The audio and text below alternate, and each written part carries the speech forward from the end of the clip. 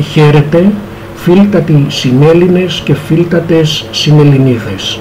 Σήμερα, κατά εμάς βεβαίως τους Έλληνες, είναι ημέρα Διός, ρωμαϊστή λατινιστή Ιώβης Δίες, γαλλιστή Ζοντή, κατά βεβαίως τους Εβραίους-Χριστιανούς είναι Πέμπτη, 24 Αυγούστου του 2023 μετά την απαρχή της χριστιανικής χρονολογήσεως. Σήμερα λοιπόν απεφάσισα να ομιλήσω για ένα ιστορικό γεγονός, το οποίο αν και κάποιοι το γνωρίζουν ίσως από τις σχολικές αναφορές, έχει μια ανιδιάζουσα σημασία. Δεν συνέβη στην Ελλάδα, αλλά στη Γαλλία, και περίπου μισή χιλιετία πριν από σήμερα, δηλαδή στις 24 Αυγούστου του 1572.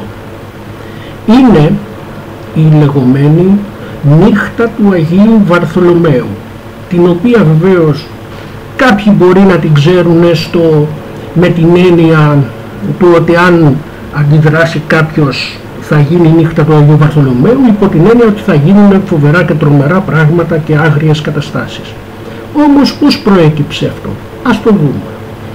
Σαν σήμερα λοιπόν η Γαλλία βρισκόταν πριν από μισή και πλέον χιλιετία σε καθεστώς εμφυλίου πολέμου. Γιατί όμως αυτό? Η Γαλλία είχε από το 1500 περίπου ονομαστεί από τον τότε Πάπα το χριστιανικότατον βασίλειον, και ο εκάστοτε Γάλλος βασιλιάς έφερε τον τίτλο του χριστιανικοτάτου βασιλέως. Σε αυτή την περίπτωση ο εκάστοτε Γάλλος βασιλιάς όφιλε να προστατεύει στρατιωτικός το παπικό κράτος που υπήρχε τότε και να το στηρίζει και διπλωματικός. Έτσι λοιπόν αυτό δυσαρεστούσε ένα μεγάλο τμήμα τόσο των κατοίκων της Γαλλίας, οι οποίοι δεν ήσαν Ρωμαιοκαθολικοί, ήθελαν να φύγουν, είχαν ήδη αρχίσει κάποιες χιλιάδες Γάλλων να φεύγουν από τον καθολικισμό και να προσχωρούν στις θέσεις του Μαρτίνου Λουθύρου για τον προτεσταντισμό, και αυτοί οι Γάλλοι ονομάζονταν Γενότοι, δηλαδή οι οπαδοί του Καλβίνου στην ουσία, γιατί τους καλβινιστές στην Γαλλία τους έλεγαν Ουγενότους. Αυτοί λοιπόν οι Ουγενότοι, των οποίων υπήρχαν και ευγενείς εκεί μέσα, δεν ήθελαν να διώκονται στο όνομα ενός τίτλου προστασίας του εκάστοτε Πάπα. Όμως αυτό σταδιακώς φαινόταν ότι θα ήταν αναπόφευκτο, διότι ενώ οι πρώτοι Γάλλοι βασιλείς ήσαν πιο ανεκτικοί, όπως λόγου χάριν ο Φραγκίσκος πρώτος, εν τούτης οι επόμενοι βασιλείς ήταν πιο φιλαπροσκύμενοι, να το πω έτσι, στον τότε Πάπα, και βεβαίως ήθελαν να ισχυροποιήσουν την εξουσία τους, επιβάλλοντας ακόμα και την ηγεμονία τους με δίμευση των περιουσιών των ευγενών ή ακόμα και με εξόντωση των ευγενών. Έτσι λοιπόν τον Απρίλιο του 1562 άρχισε στην Γαλλία ένας γενικευμένος θρησκευτικός εμφύλιος πόλεμος.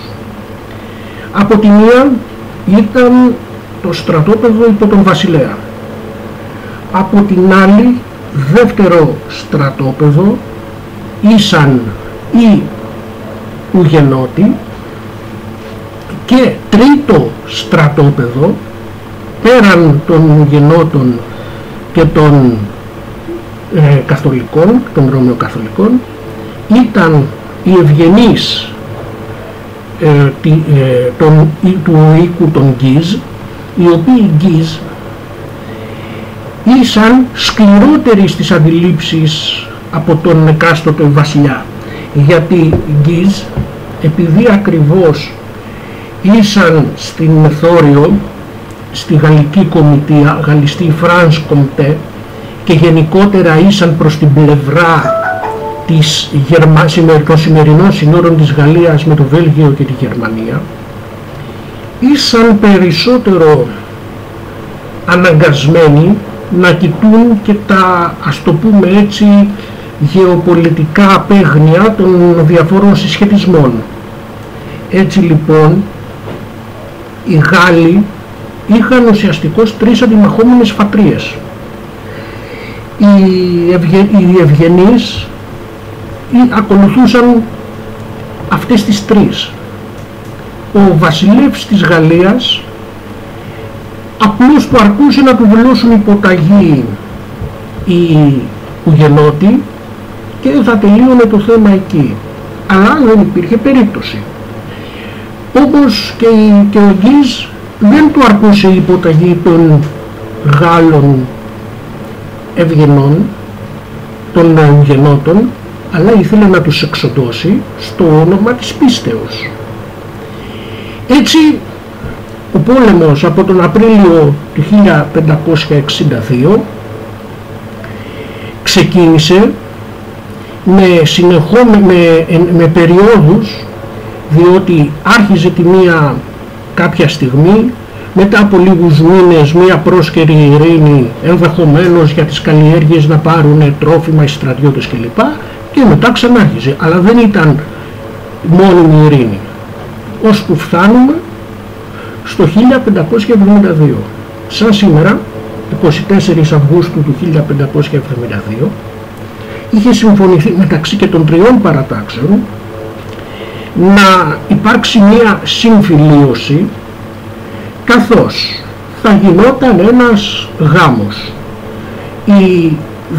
Η πριγκίπισσα Μαργαρίτα από τον βασιλικό οίκο εκείνης της εποχής της Γαλλίας θα νυμφευόταν τον αρχηγό των διαμαρτυρωμένων, των Ουγενότων. Έτσι είχε συμφωνηθεί ότι αφού θα γινόταν ο γάμος θα τελείωνε ο πόλεμος και άρα δεν θα υπήρχε λόγος για τίποτε περαιτέρω. Έτσι λοιπόν παρέστησαν στο Παρίσι εκείνη τη μέρα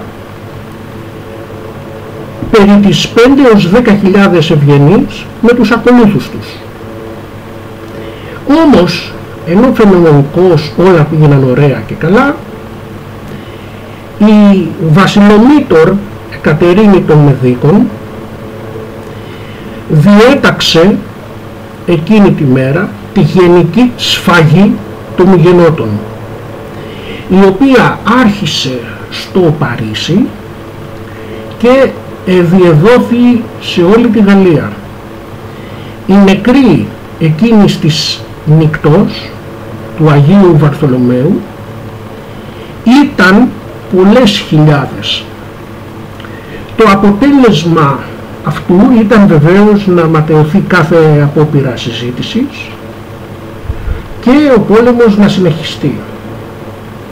Τελικώς ο πόλεμος, ο εμφύλιος αυτός, ο οποίος είχε ξεκινήσει το 1562, αξίζει να το κρατήσουμε αυτό, τελείωσε μόλις το 1598, μετά 36 συνεχόμενα έτη σφαγών, καταστροφών και λαιλασιών.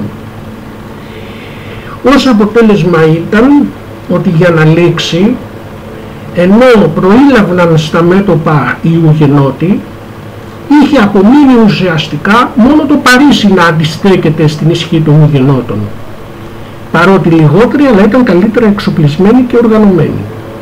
Έτσι λοιπόν είχε μείνει μόνο το Παρίσι που ήταν έτοιμο να αντισταθεί με γαλλικά, ισπανικά και γερμανικά στρατεύματα, και οι Ουγενότοι ήταν απ' έξω από το Παρίσι. Στα πλαίσια του να αποφευχθεί αιματοχυσία, ο αρχηγός των Ουγενότων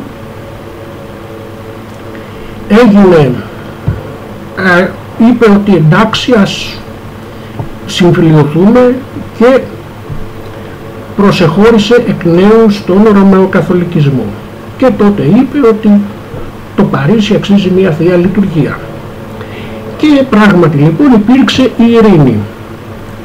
Ο βασιλεύς αυτός, ο Ερίκος IV της Γαλλίας, ο οποίος ουσιαστικώς εγγενίασε τη δυναστεία των Βουρβώνων, η οποία έμεινε στη Γαλλία μέχρι το